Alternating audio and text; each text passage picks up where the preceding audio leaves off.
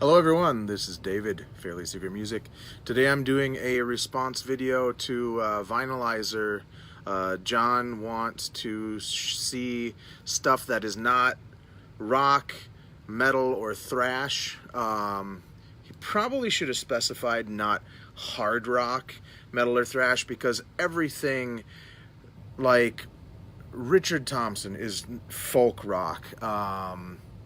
Springsteen is rock, but I know what he was going for, but I decided to take it to try to get stuff where if you looked it up on Discogs and it said genre or style, it says art rock or electronic or folk rock in front of it. So, and honestly, he said that he possibly couldn't do it with 70s stuff. I can do a whole mess of 70s stuff. I could probably do a bunch of 90s stuff, but 80s stuff is kind of, I had to not scrape the bottom of the barrel, but really dig to find stuff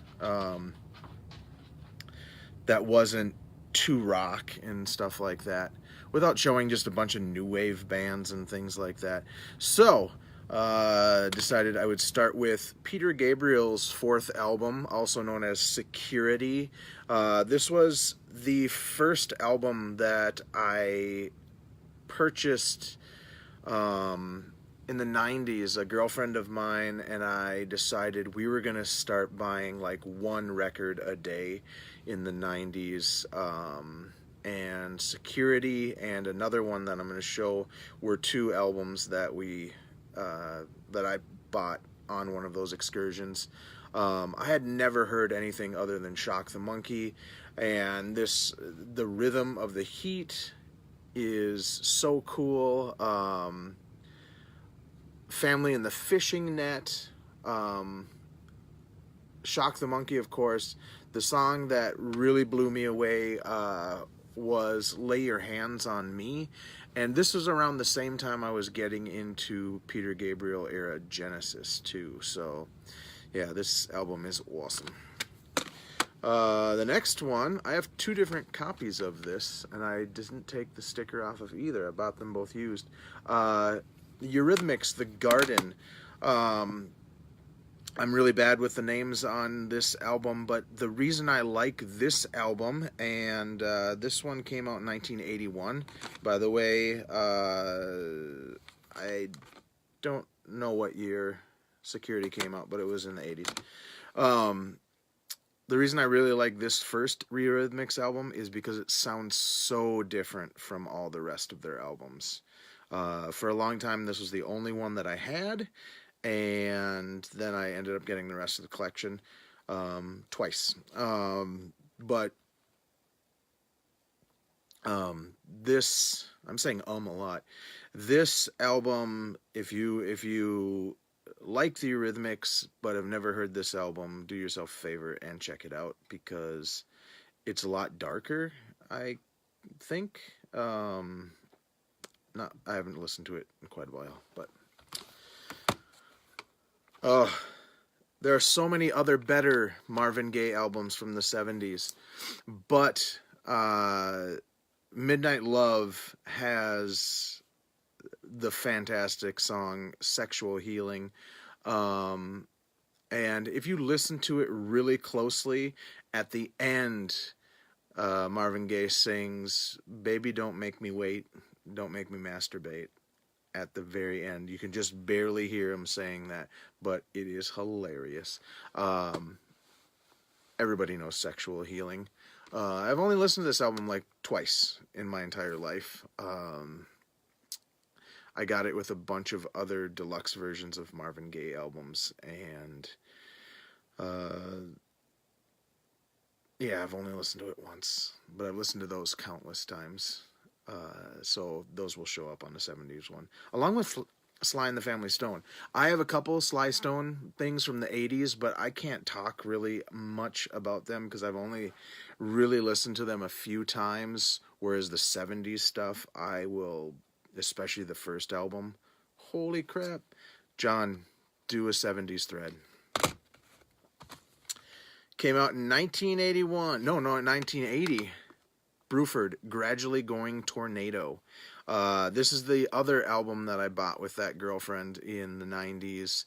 And I may have talked about this. There's a song called Age of Information. When I got this on vinyl,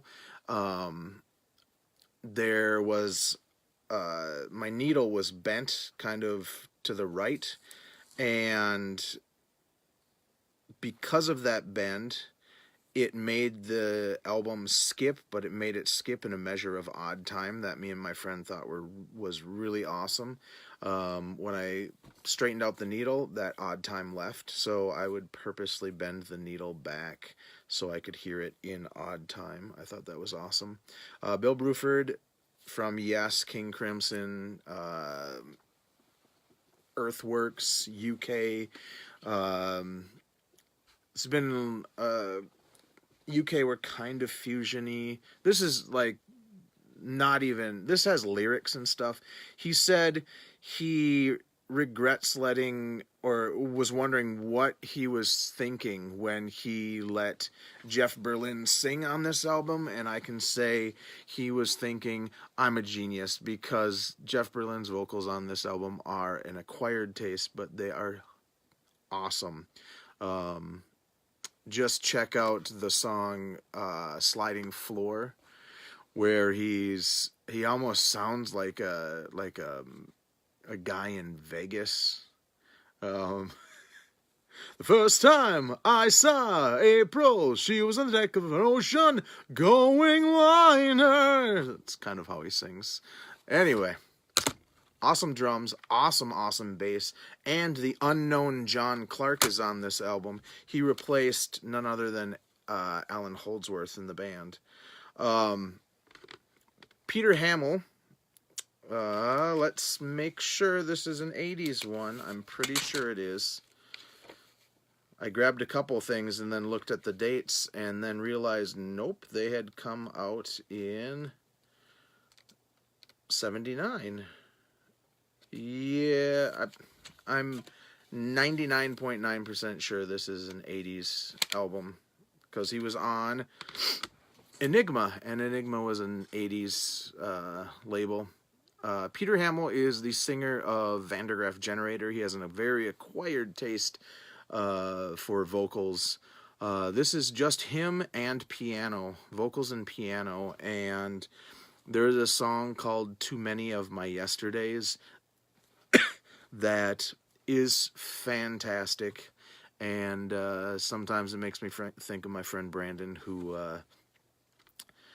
passed away in 2008, who I used to do tons of music with, and he was the one who got me into Peter Hamill.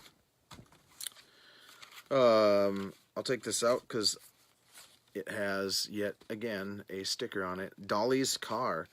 If you're not familiar with Dolly's Car, this was a one-off for a long time, but then they got together before Mick Karn died. This is Peter Murphy and Mick Karn. Very art rocky kind of thing with a lot of fretless bass. It's not the strongest material both of those guys have released, but it is pretty decent, and it has a cool, I think that's MC Escher cover. I can find that out in 2 seconds. No, not MC Escher.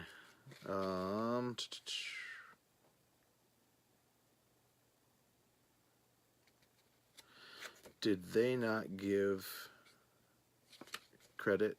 Maxfield Parrish. Maxfield Parrish is a beautiful. I have a copy of. I think I have a copy of this poster at my mother's house in what used to be my basement room.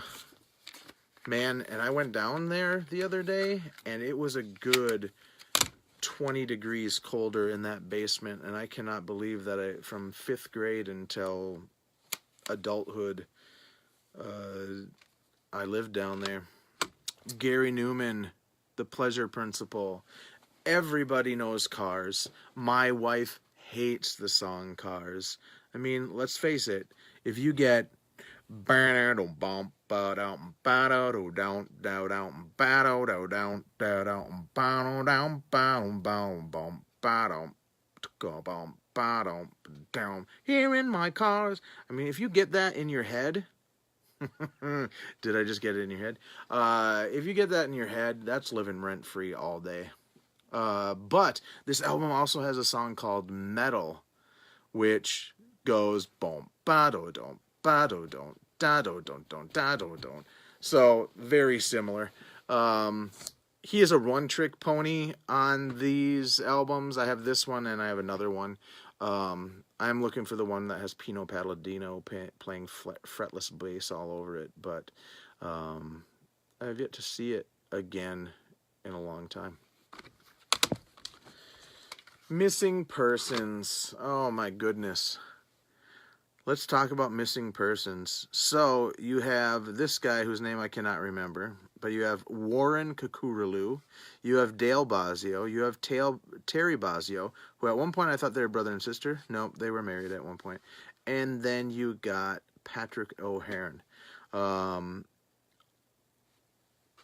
These three, well actually these four, and maybe even this guy, all played with Frank Zappa at one point. Let's see who the hell else is in this band. Oh, of course, it's a shitty best of, so it doesn't even tell me who plays on it. I don't know that guy's name. But this is the guitarist, singer, drummer, bass player. He was a great bass player, too. He was a great guitarist, and he is an amazing drummer. Although he's an amazing drummer, yet he doesn't do things that are really interesting and musical to me, except for the Polytown album with David Torn and Mick Karn. But everybody knows what Words or Destination Unknown, Mental Hopscotch. I really want their the actual studio albums, because there are deep tracks on these albums that are really cool. But you know, what are you gonna do? Shoot, I totally messed up.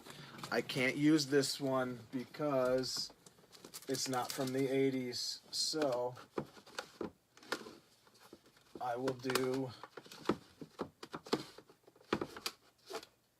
Ah, shit, where is it? 1985. Tom Waits, Rain Dogs. What a crazy album this is. Oh, man, you got to just see that cover while I talk about the songs. Singapore, what a great opener. Clap Hands. The song Rain Dogs. Ninth and Hennepin. That's about Minneapolis. Let's see what else. Oh man, Singapore is such a great song. And I believe Rain Dogs, they smashed up a piano or something like that and recorded that, and that was used in the final album. I was going to talk about Tom Waits' Alice, but that actually came out in the 90s, so shame on me. Oh wait, there's also Swordfish Trombones that came out in 1983. Anyway, I will move on from T. Waits.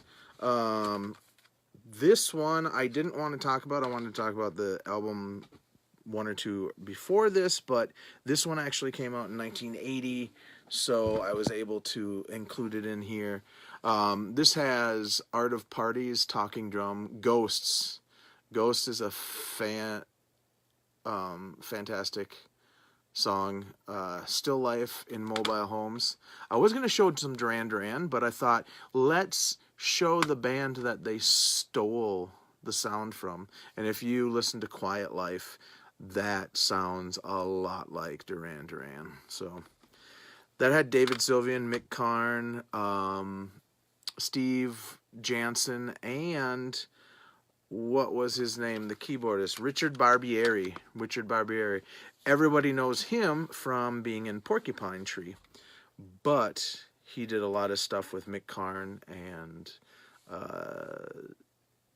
Steve Wilson and stuff like that. So, Tin Drum. If you like Duran Duran, check out Japan. And then, last but not least, probably one of my favorite ones of this whole stack, David Sylvian, Secrets from the Beehive. This came out in 1987. Let me make sure. Yep, 1987. Oh gosh, what isn't great on this album? You have September, which every September I listen to this album. Boy with the Gun, Maria, Morpheus, When the Poets Dreamed of Angels. Just basically this whole album is a 100% album. When you're in the mood for it, it is fantastic. I used to work with these women who could never remember his name, so they just called him Sexy Man Voice. So that is, I believe, 12. 1, 2, 3, 4. 1, 2, 3, 4, 5, 6, 7, 8, 9, 10, 11. That might have been only 11, but that's fine. So there you have it. Those are my 80s non-hard rock, metal, or thrash bands that I could talk about. Let's do a 70s one, John. I will dominate on that thing.